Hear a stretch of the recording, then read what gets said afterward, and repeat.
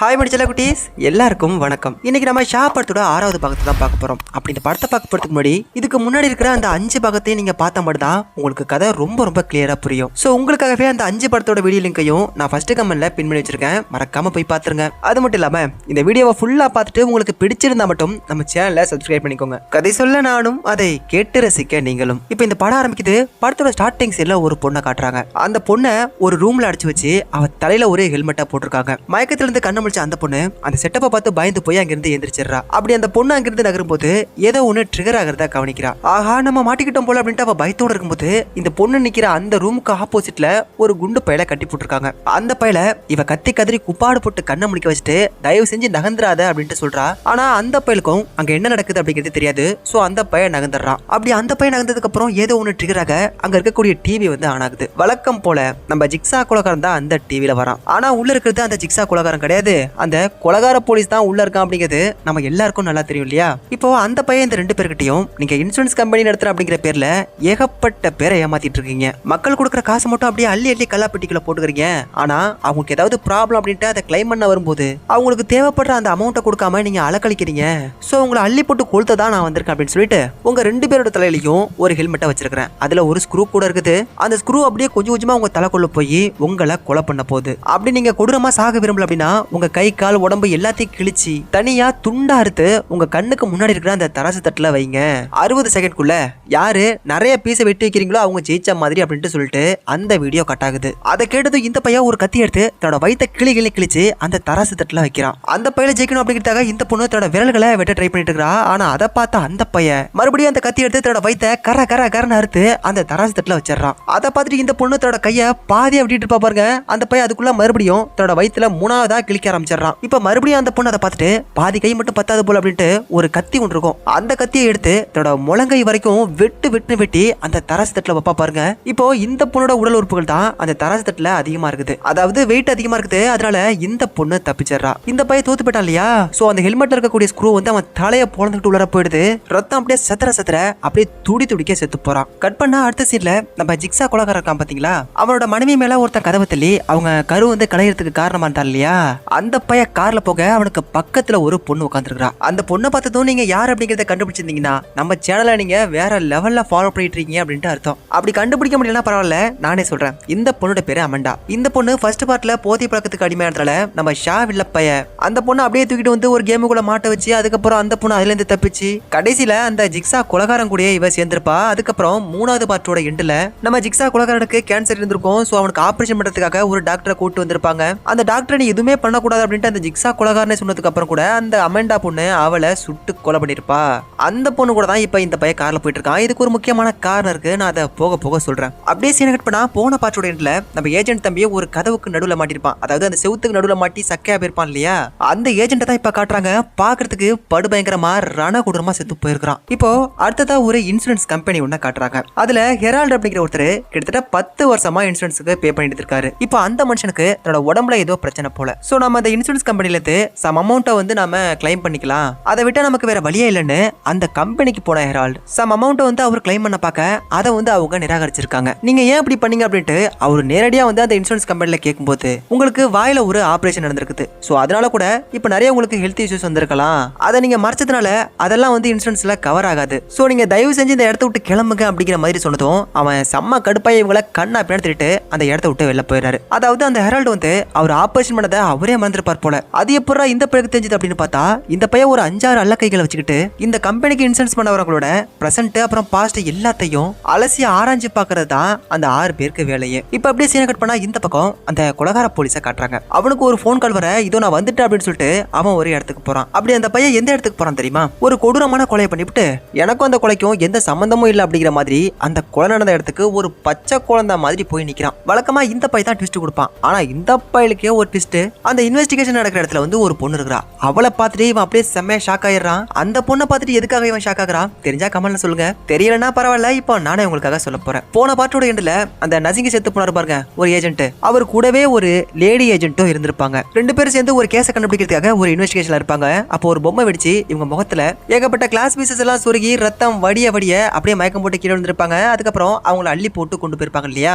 ஆக்சுவலா இந்த பொண்ணு செத்து போயிருப்பான் தான் நம்ம கொலகார போலீஸ் நினைச்சிருப்பான். இப்போ இந்த பொண்ணு உயிரோட பார்த்து பார்த்ததும் தான் அவன் பேனு வாயை பிறந்திருக்கான், வேற எதுவும் இல்ல. அது மட்டும் இல்லாம இந்த பொண்ணு இதுக்கப்புறம் உன் கூட சேர்ந்துதான் அந்த கொலை கேஸை கண்டுபிடிக்க போற அப்படின்னு சொன்னதும் அந்த பையலுக்கு 2வது முறையா ஒரு ஹார்ட் அட்டாக்கே வந்த மாதிரி ஆயிடுது. சரின்னு சொல்லிட்டு அதுக்கு ஒத்துக்கிட்டு அப்படியே வெளில போனா இப்ப அங்க ஒரு லேடி ரிப்போர்ட்டர் ஒருத்தவங்க வராங்க. இந்த கொலையை பத்தியும் இந்த கொலையை பண்ண அந்த ஜிக்ஸா பத்தியும் நீங்க என்ன நினைக்கிறீங்க? இந்த கொலைகள் இப்படியே தொடருமா இல்ல அதுக்குள்ள நீங்க கண்டுபிடிச்சிருவீங்களா அப்படி இப்படின்னு பேசிட்டு இருக்கும்போது இவன் கடுப்பாய் அந்த இடத்த விட்டு கிளம்பலாம்னு நினைப்பான் பாருங்க.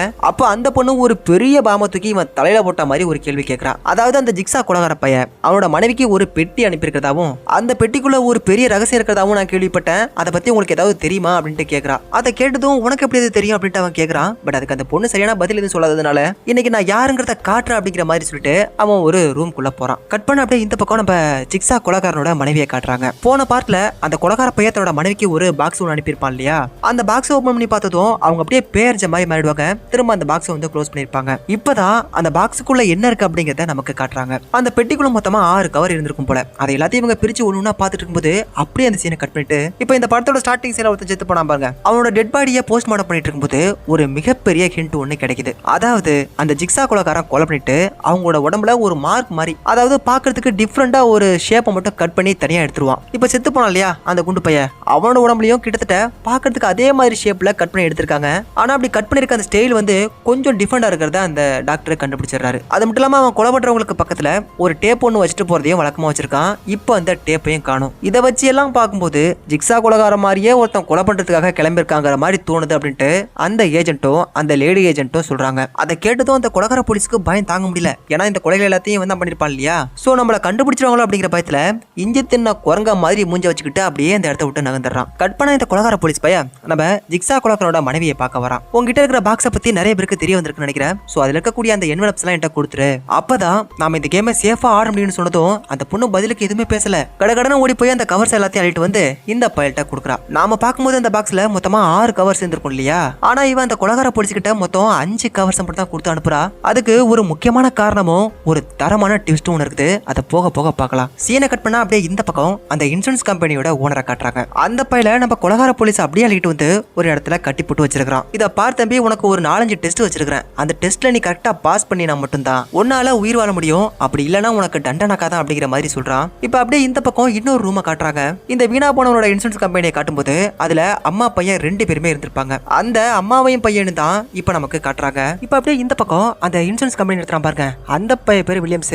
அவன் இருக்கிற அதே இடத்துல இன்னொருத்தனையும் காட்டி போட்டுச்சிருக்காங்க. இந்த 2 பேரும் எப்பப்பெல்லாம் மூச்சு விடுறாங்களோ அப்பப்பெல்லாம் அவனுங்க இடுப்பு எலும்பை உடைக்கிற மாதிரியான ஒரு செட்டப்பை செட் பண்ணி வச்சிருக்கான். நாம மூச்சு விட்டோம்னா செத்து போயிடுவோம், சோ மூச்சு விடாத அப்படிங்கிற மாதிரி அவங்கிட்ட இந்த வில்லியம் சொன்னதும் அவரும் மூச்சு விடாம இருக்க ட்ரை பண்றாரு. ஆனா அவரால் ரொம்ப நேரம் தாக்கு பிடிக்க முடியல. சோ கடைசி கட்டவா அவர் மூச்சை இழுக்கும் போது அவரோட இடுப்பு எலும்பை உடைச்சு அந்த மிஷின் அவரை அதே இடத்துல கொண்டு போட்டுருது. அவர் செத்து போனதுனால இந்த டாஸ்க்ல இந்த வில்லியம் பையன் தான் ஜெயிச்சான். அங்க இருந்த ஒரு சாவி எடுத்து தன்னோட ஒரு பக்கம் கையில இருக்க அந்த விலங்கை மட்டும் கழட்டிட்டு அதுக்கப்புறம் ஏரோ மார்க் இருக்கிற ஒரு சைடு நோக்கி அவன் ஏறிட்டு இருக்கான். அப்படியே அந்த சீனை கட் பண்ணிட்டு ஒரு அம்மா பையன் மாட்டிருந்த அந்த ரூமை காட்டுறாங்க. 2 பேரும் எங்களை காப்பாத்துங்க காப்பாத்துங்கன்னு கத்திட்டு இருக்கும்போது அந்த ரூம்ல லிவ் அப்புறம் டை அப்படின்னு எழுதி அதுக்கு பக்கத்திலே 2 லிவர் கூட இருக்கிறத பாக்குறான். அந்த 2 லிவரும் எது கூட கனெக்ட் ஆயிருக்கு அப்படின்ட்டு பாத்துட்டு இருக்கும்போது அது வந்து ஒரு ஆபத்தான கேஸ் கிட்ட வந்து கனெக்ட் ஆயிருக்குது. அந்த கேஸை பார்த்துட்டு அம்மா இது ரொம்ப ரொம்ப ஆபத்தானது, இது மட்டும் மனுஷ உடம்புக்குள்ள போனா ஃபிராக்ஷன் ஆஃப் செகண்டுக்குள்ள அப்படியே மனுஷ உடம்பே வெடிச்சு போயிடும் அப்படிங்கிற மாதிரி சொல்றான். கட் பண்ண அப்படியே இந்த பக்கம் அந்த லேடி நியூஸ் ரிப்போர்ட் இருக்கா இல்லையா, அவ நம்ம ஜிக்ஸா கொலைகாரனோட மனைவியை வந்து மீட் பண்ணி உங்க கணவர் செத்து கிடந்த இடத்துல நான் இதை பார்த்தேன், சோ உங்கள்கிட்ட கொடுக்கலான்னு சொல்லிட்டு ஒரு பேப்பர் எடுத்து அவகிட்ட கொடுக்குறா. அதை வாங்கி பார்த்துட்டு அவளுக்கு செம்ம கடுப்பாகி திரும்ப அவகிட்டே கொடுத்து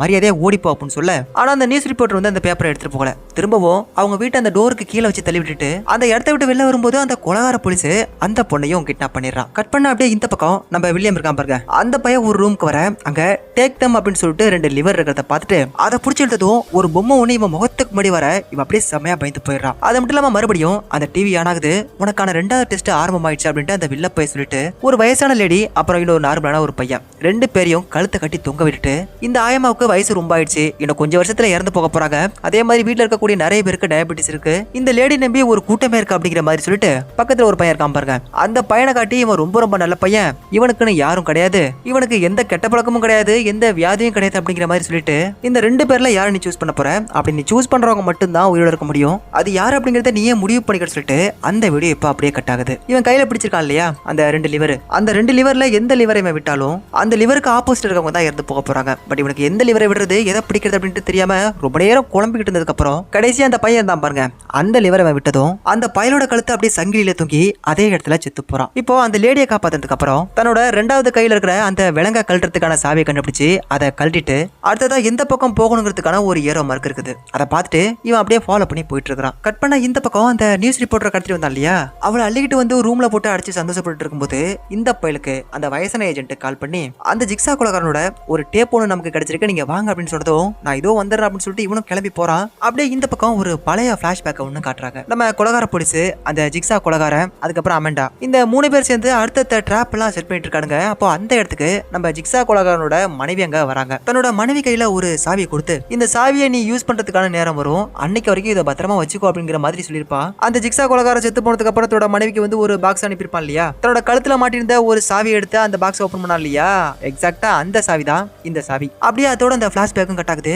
இப்போ நம்ம கொலைகாரனோட மனைவியை காட்டுறாங்க. அவங்க ஒரு கவர் ஒன்று எடுத்துட்டு வந்து ஒரு வீட்டோட டோருக்குள்ள வச்சு அமுக்கிட்டு அப்படியே அழுதுகிட்டு வெளில வராங்க. கட் பண்ண அப்படியே இந்த பக்கம் அந்த இன்சூரன்ஸ் கம்பெனி ஓனர் இருக்கான் பாருங்க, அதான் அந்த வில்லியம், அந்த பையனோட கம்பெனில நம்ம ஜிக்ஸா கொலைகாரனும் ஒரு பாலிசி ஒன்று போட்டிருப்பான் போல. அந்த பையலுக்கு கேன்சர் இப்போ முத்தி போச்சு. அதே நேரத்தில் அதை கியூர் பண்ற அளவுக்கு திறமை இருக்கக்கூடிய ஒரு ஸ்பெஷலிஸ்ட் ஒருத்தர் இருக்காரு.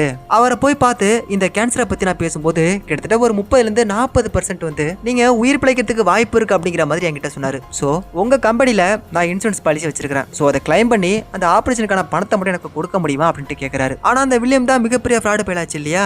சோ அந்த பையன் நம்ம ஜிக்ஸா கொலைகாரன் கிட்ட இதை பாருங்க, நீங்க கேட்கிற அமௌண்ட் எல்லாம் எங்களால கிளைம் பண்ண முடியாது, நீங்க போட்டிருக்கிறது வெறும் பாலிசி மட்டும் தான். சோ நீங்க செத்து போனா உங்க வீட்டுக்கு மட்டும் தான் எங்களால பணம் அனுப்ப முடியும், அதாவது உங்க ஃபேமிலிக்கு மட்டும் தான் எங்களால பணத்தை கொடுக்க முடியும். இந்த மாதிரி கை இழுத்துக்கிட்டு இருக்கு, கால் இழுத்துக்கிட்டு இருக்கு, உயிர் போற தருவாயில இருக்கு அப்படின்ட்டு ஏதாவது காசு பணம் எங்கள்கிட்ட கிளைம் பண்ண நினைச்சீங்கன்னா கண்டிப்பா அது ஆகவே ஆகாது. சோ நீங்க சாத்திட்டு கிளம்புங்க அந்த மெயின் டோர் அப்படிங்கிற மாதிரி ரொம்ப கேவலப்படுத்தி நம்ம கொலைகாரனை அனுப்பி வச்சிடறான். இதை எல்லாத்தையும் அப்படியே நம்ம வில்லியன் தம்பி நினைச்சு பார்த்துக்கிட்டு ஒரு ரூமோட கதவை திறக்கிறான். அவன் உள்ள வந்ததும் கதவு ஆட்டோமேட்டிக்கா க்ளோஸ் ஆயிடுது. அதுக்கப்புறம் ஒரு டேப் ரெக்கார்ட் இருக்குது, அதை எடுத்து ஆன் பண்றான். இதை பாரு வில்லியம்ஸ், உன்னோட கிரிமினல் லாயரை நான் கீழே கட்டி போட்டு வச்சிருக்கேன். அவளை கட்டி போட்டுக்க அந்த இடத்துல இருந்து அவ 90 செகண்டுக்குள்ள கிராஸ் பண்ணல அப்படின்னா அவ சிக்கி செதறி சின்ன பின்னமா போய் ரொம்ப கொடூரமா செத்து போவா. உன்னோட கவுண்ட் டவுன் இப்போ ஸ்டார்ட் ஆகுது, முடிஞ்சா அவளை காப்பாத்திக்க அப்படிங்கிற மாதிரி சொல்லிட்டு அந்த ரெக்கார்டு ஸ்டாப் ஆகுது. அந்த லாயருக்கா தன்னோட உயிரை காப்பாத்திக்க அப்படியே அங்கேயும் எங்கேயும் கத்தி கதறி குப்பாடு போட்டு ஓடிட்டு இருக்கும்போது இவன் சத்தம் போட்டு கத்துறது அந்த பொண்ணுக்கு கேட்கவே இல்லை. ஸோ செம்ம கடுப்பாகி கண்ணு அப்படின்னு திட்டு நான் சொல்றதை கேளு, இந்த பக்கமா வா அப்படின்ட்டு அவன் நீ இந்த பக்கமா பாரு, அந்த பக்கமா பாரு, அங்க போ, இங்கே வா அப்படின்னு சொல்லிட்டு ஒவ்வொன்றா சொல்ல அந்த பொண்ணு அப்படியே ஃபாலோ பண்ணிட்டே வந்துட்டே இருக்கிறா.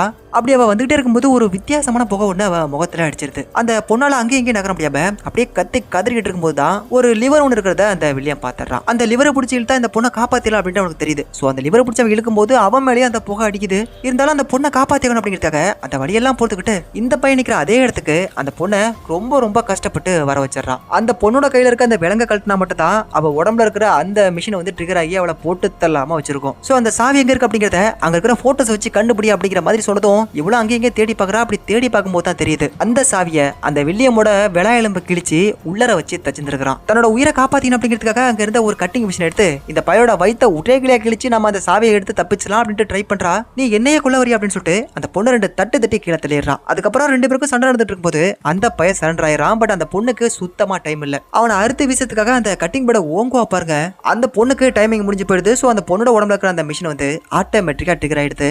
அவ கழுத்துல குத்தி அப்படியே தலைவலியா புல்லட் வெளில வந்து அப்படியே அதே இடத்துல செத்து போறா.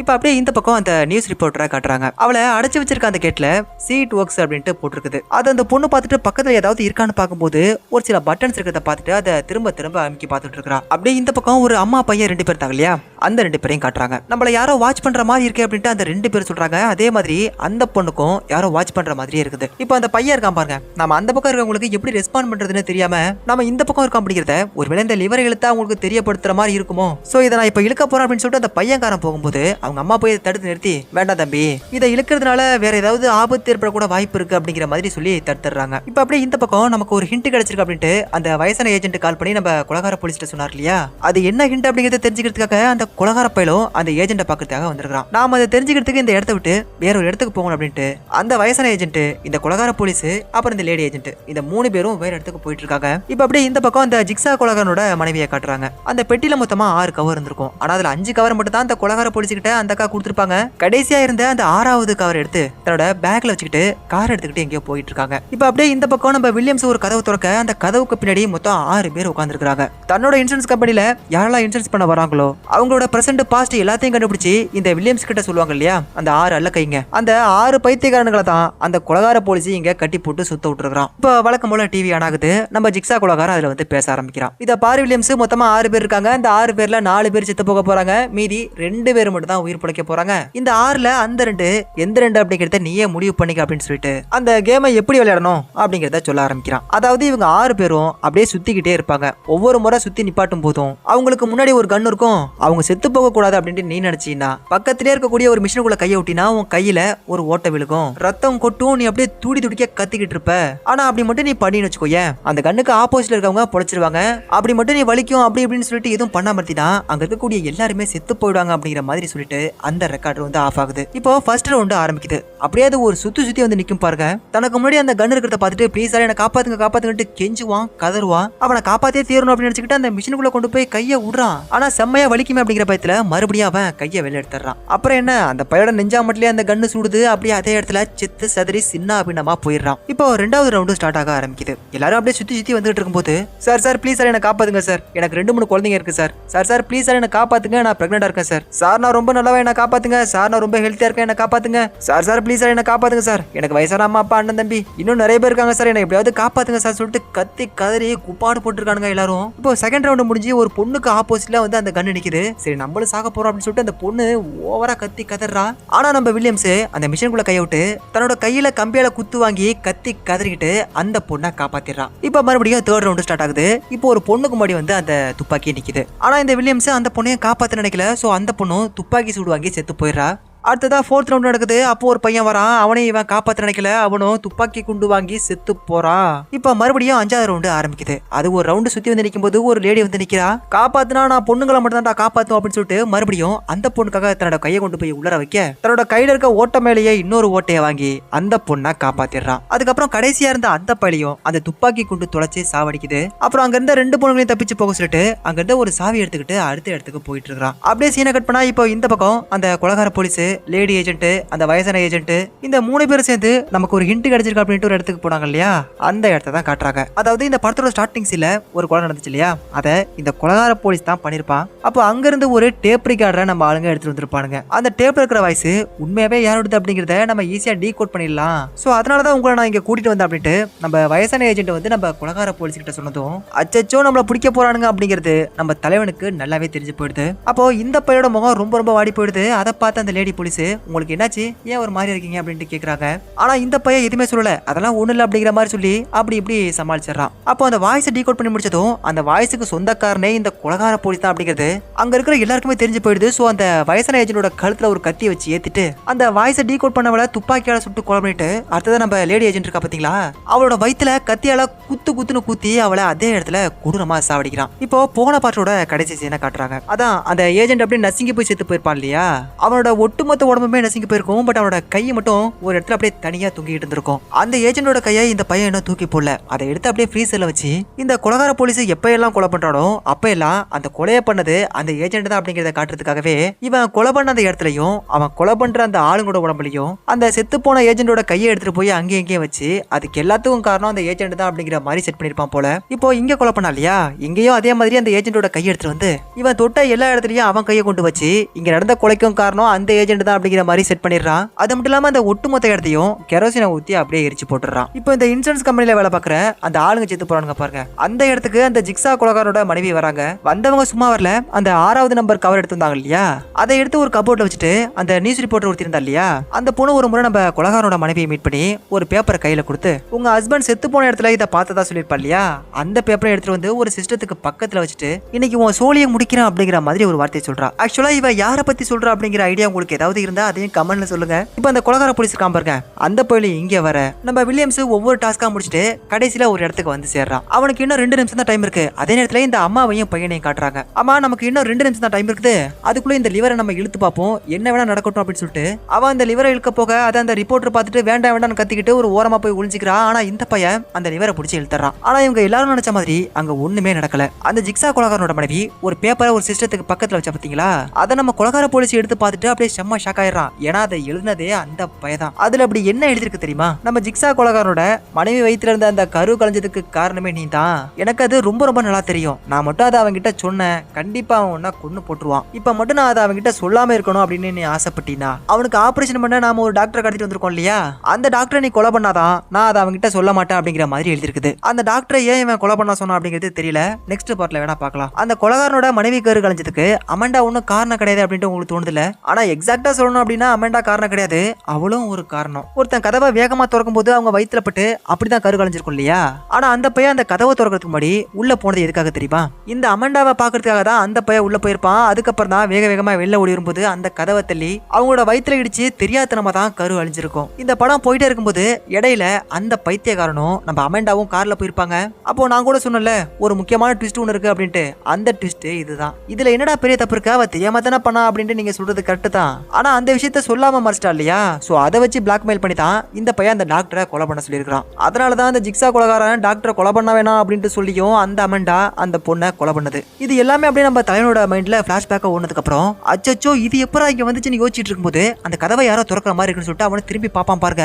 அந்த ஜிக்ஸா கொலைகாரோட மனைவி தான் அங்க வந்தது. அவன் உட்கார்ந்திருந்த அந்த சேர்ல கரண்ட் அடிக்கிற மாதிரி ஒரு செட்டப்ப செட் பண்ணி வச்சிருக்கா. அந்த பையன் திரும்ப இந்த கார் ரிமோட்டை வச்சு அழுத்த அவனுக்கு அப்படியே ஷாக் அடிச்சு அதே இடத்துல உட்காந்துறான். இப்போ நம்ம வில்லியம் கடைசி டாஸ்க் உள்ள போறதுக்கு வெறும் 1 செகண்ட் தான் இருக்கு. ஆனா அதுக்குள்ள அந்த கடைசி டாஸ்க் உள்ள போயிடுறான். அம்மாவும் பையனும் இருப்பாங்க பாருங்க, அந்த ரூமுக்கு பக்கத்து ரூம்ல போய் இவன் நிக்கிறான். அந்த 2 பேரையும் பார்த்துட்டு இவன் ஒரு பக்கம் அப்படியே ஷாக் ஆகி நிக்க, அப்படியே இந்த பக்கம் பார்த்தா அந்த பையனோட லவர் நிக்கிறா. எது லவ்வரா, யாரா அந்த லவர் அப்படின்னு பார்த்தா அந்த லேடி நியூஸ் ரிப்போர்ட்டர் இருக்கா பாருங்க, அவ தான் இந்த பையனோட லவர் போல. இந்த படத்தோட ஸ்டார்டிங்ல ஹெரால்ட் அப்படிங்கிற ஒருத்தர் தனக்கு ஆபரேஷன் பண்றதுக்காக நான் உங்களோட கம்பெனில இருந்து எடுத்த அந்த இன்சூரன்ஸ் பாலிசில இருந்து எனக்கு கொஞ்சம் அமௌண்ட்டை மட்டும் கிளைம் பண்ணி கொடுத்தீங்கன்னா நான் ஆபரேஷன் பண்ணிப்பேன் அப்படிங்கிற மாதிரி சொல்லியிருப்பான். ஆனா அதுக்கு வில்லியம் வந்து நோன்னு சொல்லியிருப்பான். அதனால ஹெரால்டு தனக்கு ஆபரேஷன் பண்ணிக்க முடியாம அவர் செத்து போயிருப்பார் போல. இந்த தாய் மகனும் இருக்காங்க பாருங்க, இவங்க 2 பேரும் அந்த ஹெரால்டோட பையன் பொண்டாட்டி. இப்போ டிவி மறுபடியும் ஆன் ஆகுது. அந்த ஜிக்ஸா கொலகாரன் வரான். உங்க ஹஸ்பண்டோட சாவுக்கு இந்த வில்லியம்ஸ் தான் காரணம், அங்க ஒரு லிவர் இருக்கு இல்லையா, இவன் செத்து போகணும்னு நீங்க நினைச்சீங்கன்னா அந்த லிவரை டை அப்படிங்கிற இடத்த நோக்கி இழுங்க,